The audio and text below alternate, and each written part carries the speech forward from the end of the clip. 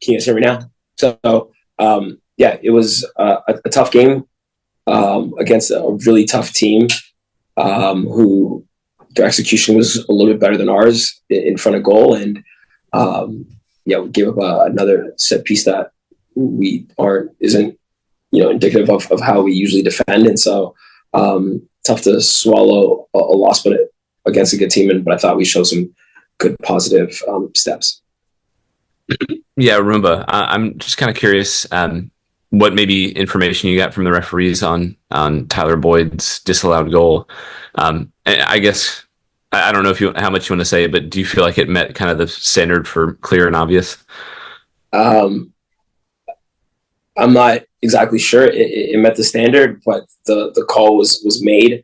The explanation was that, yeah, if it was a handball, it didn't matter what happened after that. So they made a decision, and we live with it.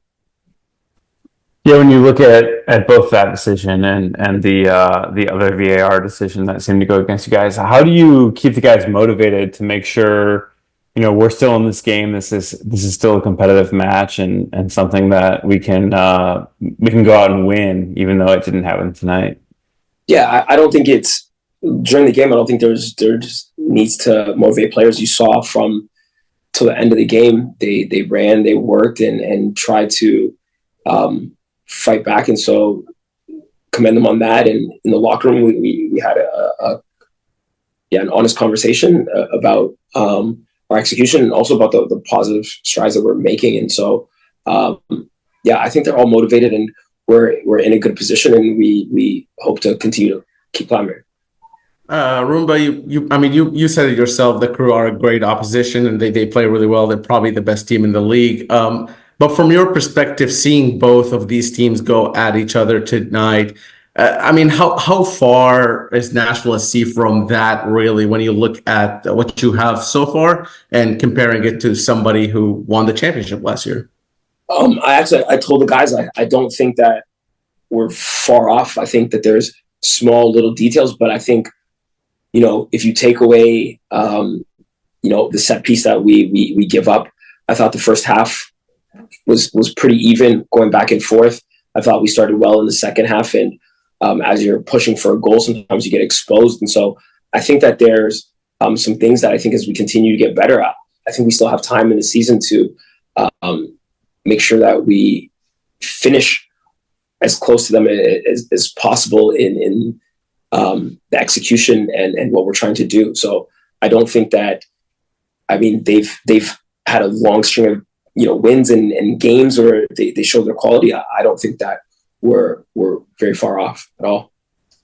Yeah, Rumba, I'm just, what did you make of the second goal that the Crew scored? It felt like one of the few times in the second half that maybe there was a little bit of a defensive breakdown. And do you feel like they just need a half chance like that to punish you?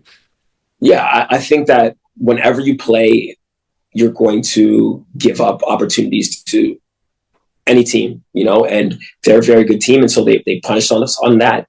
I thought that we had some really good defensive moments throughout the game. And so their execution was good. And I think they too had breakdowns where we broke them down, and maybe our execution just wasn't as clean or efficient, but that's part of the game. And things happen like that. Yeah, you just mentioned kind of maybe the lack of precise execution for your team. What do you do in this stretch to get more of that out of your team, to get that final piece to score the goals that you guys need to win games? I think it's still working on stuff at practice and finishing. I think we're still scoring goals, and I think that today we didn't, but we're off by small margins. And so, we have guys who've gotten to good situations. Keepers also made some very good saves. So, if the ball bounces a yard in different ways, the scores is different. So nothing to dwell on, but stuff to keep working on it that we all want to work on and be better and more efficient at. Rumba, you gave another MLS debut today to Joey Skinner. What did he do to earn that debut? And I guess what can he keep doing to continue to get minutes in MLS? Yeah, Joey's coming off of injury, and Joey is a young dynamic player that can play different spots, and as thought there was an opportunity to get him some minutes to see to allow him to affect the game and to get his legs. And so he's been training well, and just like Forsters, if he continues to train well, then he'll get minutes either with us or get minutes with Huntsville. But he's a guy that we're trying to make sure that we put on the right path of development. Thank you, guys.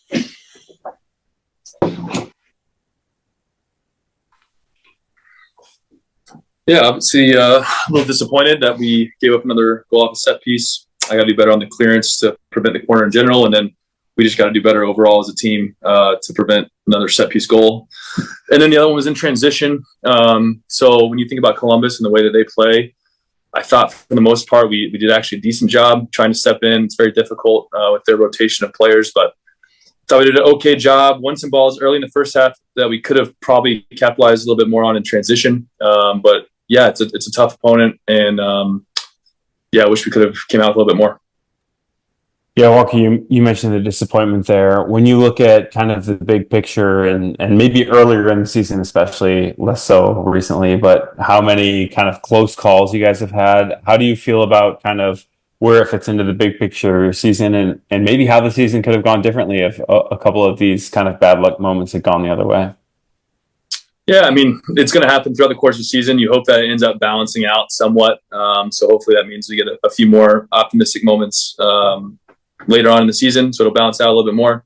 But it's tough, you think you're getting back in the game, getting 1-1, and then it's always a little bit demoralizing when you don't get that call to go your way. But ultimately, we probably didn't quite do enough to win the game. But it would have been nice to try and get back in it and give ourselves a real fighting chance. But proud of the group. I don't think it's such a hardworking group that even when we go down, it's never over. But it's a tough one. Back-to-back losses is never fun. But two good teams, good measuring stick. We talked before the game as a championship type of club that we're going up against in their place. Like, how can we measure up and see where we are? And I thought for certain moments we gave them a tough test, but ultimately came up short. Yeah, Walker, you kind of touched on just what a good team Columbus is. It feels like they're one of maybe the best teams in the league at just kind of manipulating space. How did it feel kind of going up against that front line, and what were maybe some things that stuck out to you?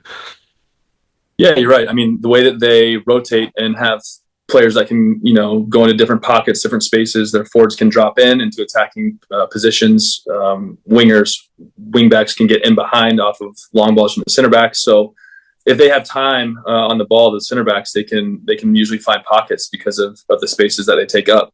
And we did, nick the ball a couple of times in the first half, which, that's what you have to do is try and get on them and get it right. But it's very difficult to solve in the moment.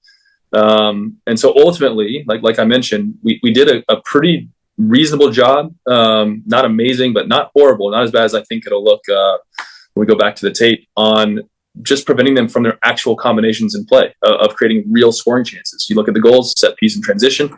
That's typically not as much how they score their goals. It's normally, more tiki-taka, manipulating the opponent, like you mentioned, and getting that extra pass in the box. That is how they are known to score. So, yeah, it is what it is. We got a short memory this week. So we got another big test in Portland in a couple of days, and that's two really difficult games physically. So we're going to need everyone to be on board just with the conditions we played in this week. Walker, earlier today, an announcement was made about the coaching decision to hire BJ Callahan. Obviously, you're familiar with BJ's work in the national team.